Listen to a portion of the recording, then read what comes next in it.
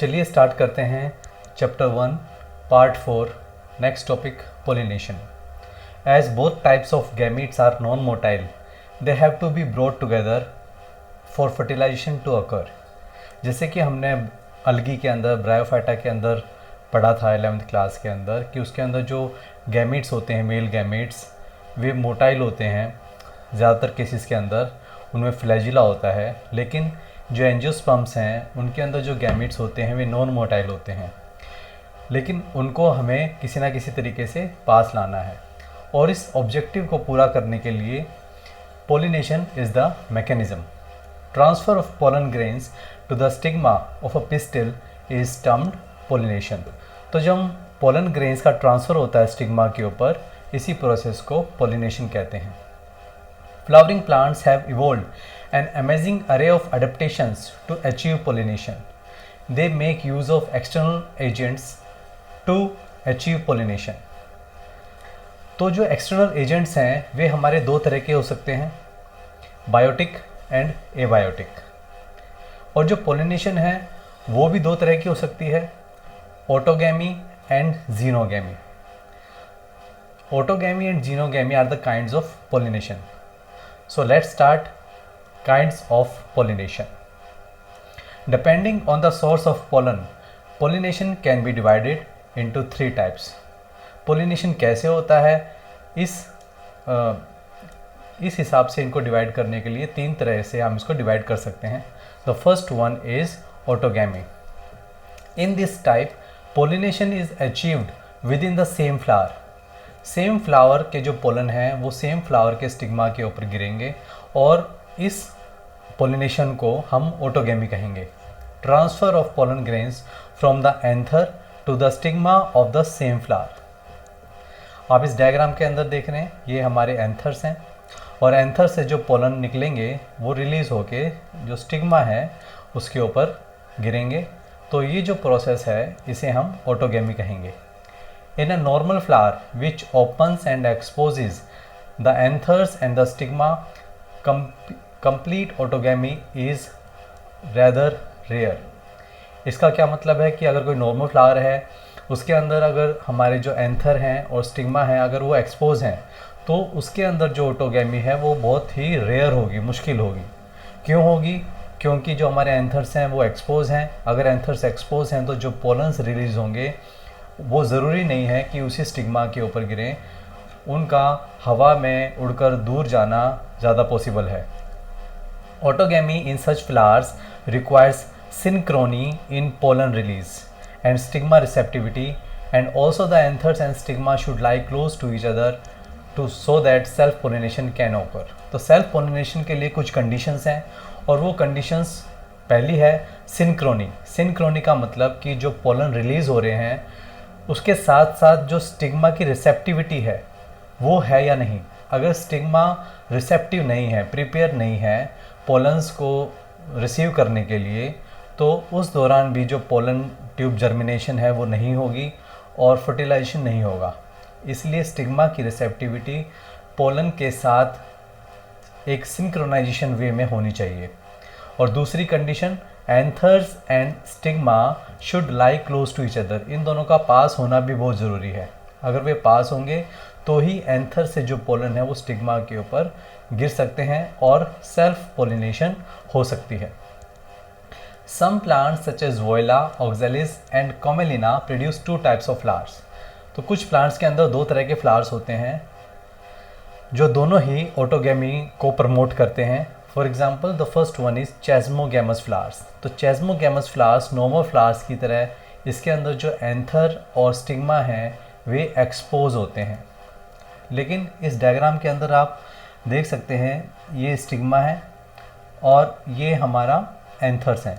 तो एंथर से जो पोलन रिलीज़ होंगे उनका स्टिग्मा के ऊपर गिरना बहुत ज़्यादा, इसकी पॉसिबिलिटी बहुत ज़्यादा है क्योंकि ये बिल्कुल पास पास हैं। लेकिन ये जो फ्लावर हैं ये अबव ग्राउंड है और इसमें एंथर्स और जो स्टिग्मा है ये एक्सपोज हैं। इस तरह के फ्लावर्स को चेस्मोगैमस फ्लावर्स कहते हैं। दूसरे तरह के फ्लावर्स होते हैं cleistogamous flowers. Cleistogamous flowers underground flowers होते हैं जो कि क्लोज होते हैं, और इन क्लोज फ्लावर्स के अंदर ही, जैसे आप इस डायग्राम के अंदर देख रहे हैं, ये जो फ्लावर है क्लोज है, और इस क्लोज फ्लावर के अंदर ही एंथर और स्टिग्मा होते हैं, और उनका ऑटोगैमी की जो प्रोबेबिलिटी है वो 100% हो जाती है। पोलिनेशन होने के बाद फर्टिलाइजेशन हो जाएगी। फर्टिलाइजेशन के बाद जो ओव्यूल हैं वे सीड में कन्वर्ट होंगे। इसमें जो इस फ्लावर को ओपन करके दिखाया गया है, इसके अंदर आप देख रहे हैं बहुत सारे जो सीड्स इसके अंदर बन चुके हैं after autogamy. Now this is called seed pod. तो इस तरह के जो फ्लावर्स हैं इनके अंदर ऑटोगैमी की जो संभावना है वो सबसे ज़्यादा होती है। इस डायग्राम में आप देखेंगे कि एक ही प्लांट के अंदर दो तरह के फ्लावर्स हैं, एक जो अबव ग्राउंड है जिन्हें हम चेस्मोगैमस फ्लावर्स कहते हैं, और दूसरे अंडरग्राउंड हैं जो कि क्लोज होते हैं और इनके अंदर ही एंथरोस्टिग्मा होते हैं, जिससे कि ऑटोगैमी काफ़ी बढ़ जाती है। In such flowers the anthers and stigma lies close to each other, बिल्कुल पास पास होते हैं। When anthers dehisce in the flower buds, pollen grains come in contact with the stigma to affect pollination. Thus, clistogamous flowers are invariably autogamous as there is no chance of cross pollen landing on the stigma, क्योंकि flowers close हैं, underground है, और इस वजह से इनके pollens का किसी और फ्लावर के ऊपर जाना इम्पॉसिबल हो जाता है। Cleistogamous flowers produce assured seed set even in the absence of pollinators, यानी इनको कोई जो एक्सटर्नल एजेंट्स हैं वो भी नहीं चाहिए। बिना एक्सटर्नल एजेंट्स के ही जो इसमें सीड्स हैं वे कंप्लीट बनते हैं। The next one is geitonogamy, transfer of pollen grains from anther to the stigma of another flower of the same plant.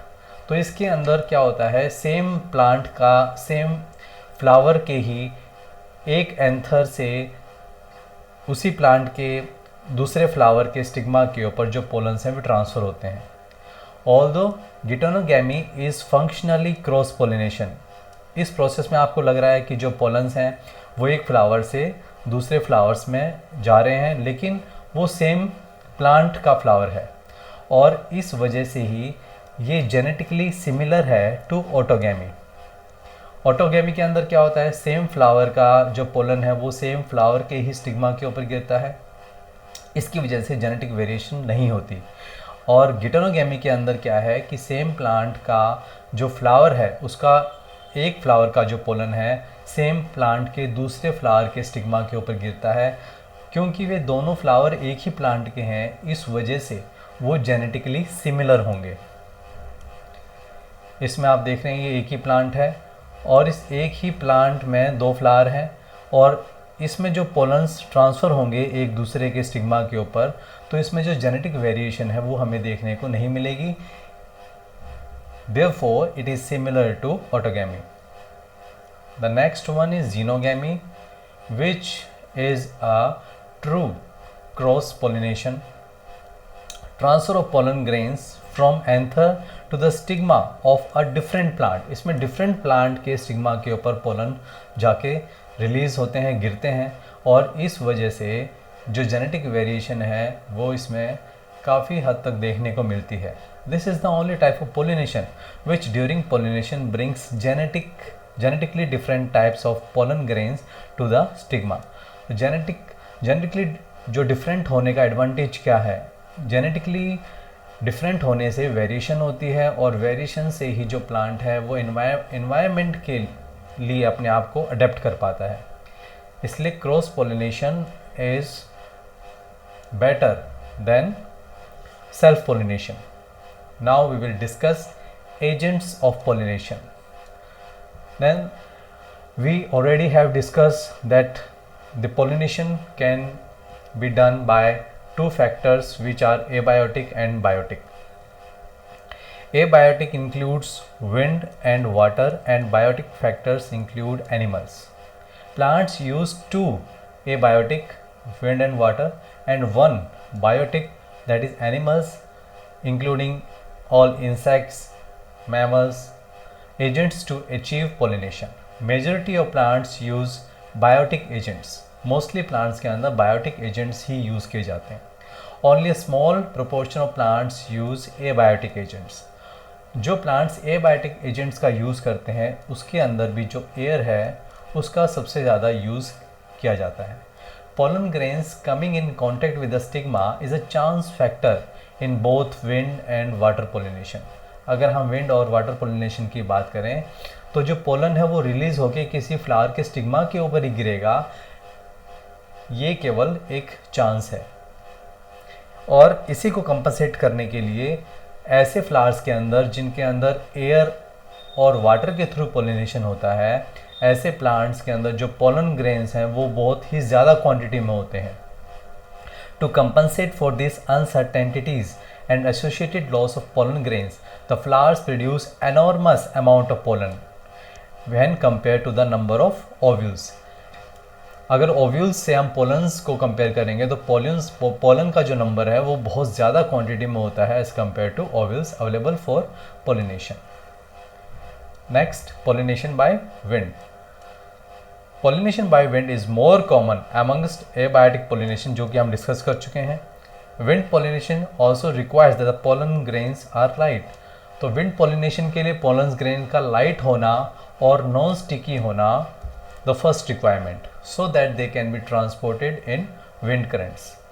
They often possess well exposed stamens। Way air currents में तभी release हो पाएंगे, तभी उड़ पाएंगे, तभी flow कर पाएंगे जब वे वेल एक्सपोज्ड होंगे, so that the pollens are easily dispersed into wind currents and large often feathery stigma। जो स्टिग्मा होगा वो feathery भी होना चाहिए ताकि वो एयर में जो पोलन ग्रेन्स डिस्पर्स्ड हो रहे हैं, फ्लो कर रहे हैं, वो उनको इजीली ट्रैप कर पाए।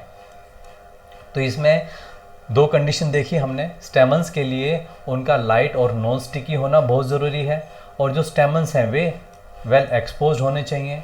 साथ में स्टिग्मा में फेदरी जो स्ट्रक्चर्स हैं वे होने चाहिए ताकि वो एयर बोर्न जो पोलन ग्रेन्स हैं उनको ईजिली ट्रैप कर पाए। Wind pollinated flowers often have a single ovule in each ovary and numerous flowers packed into an inflorescence।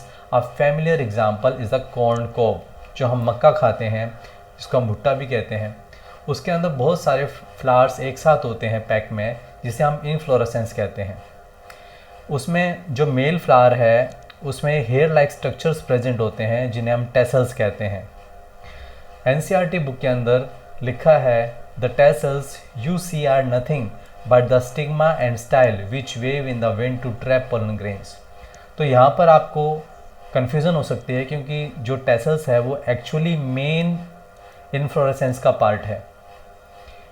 तो इसमें टेसल्स का यूज़ क्यों किया? क्योंकि जो टेसल्स का जनरल मीनिंग है वो है हेयर लाइक स्ट्रक्चर्स। क्योंकि इस तरह के हेयर लाइक स्ट्रक्चर्स जो फीमेल पार्ट है उस पर भी प्रेजेंट होते हैं, इसलिए NCERT में उसे टेसल्स कहा गया है। एक्चुअली में जो फीमेल फ्लावर है उसमें इन हेयर लाइक स्ट्रक्चर्स को टेसल्स की बजाय सिल्क्स कहा जाता है।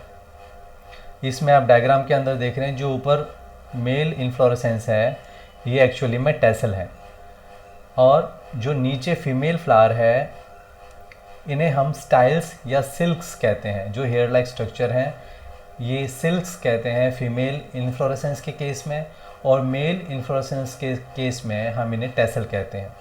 तो इसमें जो ये हेयर लाइक स्ट्रक्चर्स आपको दिख रहे हैं ये hair like structures easily pollens को ट्रैप कर लेते हैं, और पोलिनेशन की जो प्रोबेबिलिटी है वो बढ़ जाती है।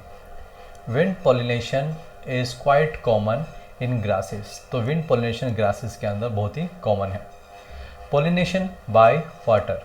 Pollination by water is quite rare in flowering plants. ये बहुत कम देखा जाता है and is limited to about 30 genera, mostly monocotyledons. ज़्यादातर मोनोकोटिलीडेंस के अंदर ही पोलिनेशन बाय वाटर देखा जाता है। Some examples of water pollinated plants are Vallisneria, Hydrilla which grow in fresh water, and several marine sea grasses such as Zostera.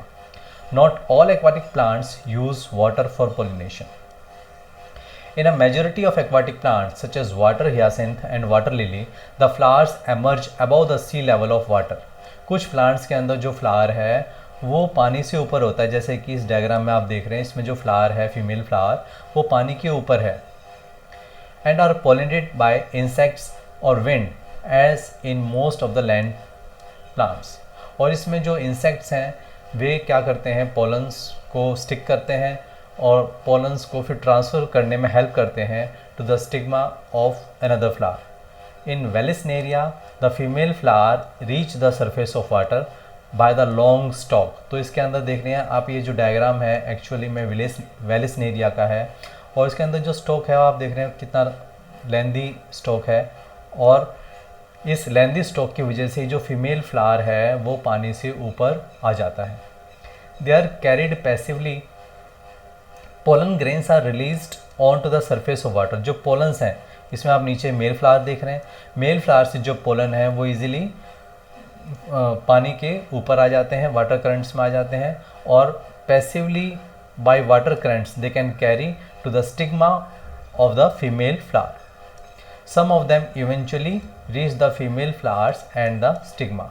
तो Vallisneria के case में male flowers नीचे होते हैं और फीमेल फ्लावर ऊपर होते हैं पानी के ऊपर।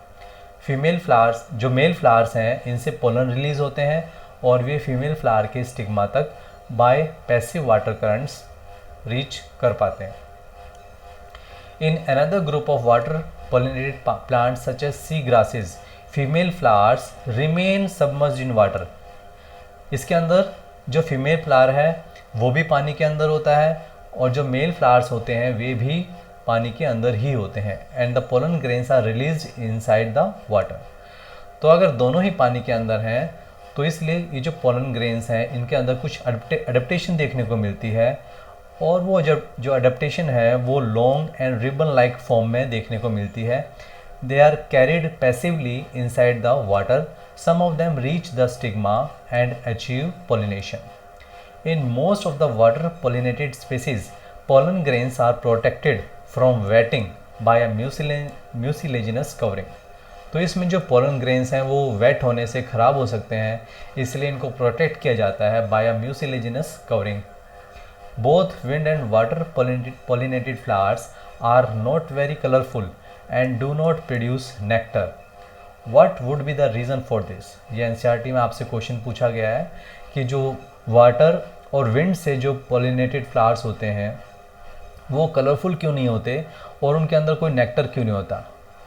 तो इसका जो आंसर है वो आप समझ गए होंगे, क्योंकि इनको किसी को अट्रैक्ट नहीं करना, किसी इंसेक्ट को, किसी एनिमल को अपने तरफ अट्रैक्ट नहीं करना, इसलिए इसमें जो फ्लावर्स हैं वो कलरफुल होना ज़रूरी नहीं है और उनका नेक्टर का प्रोड्यूस करना भी ज़रूरी नहीं है।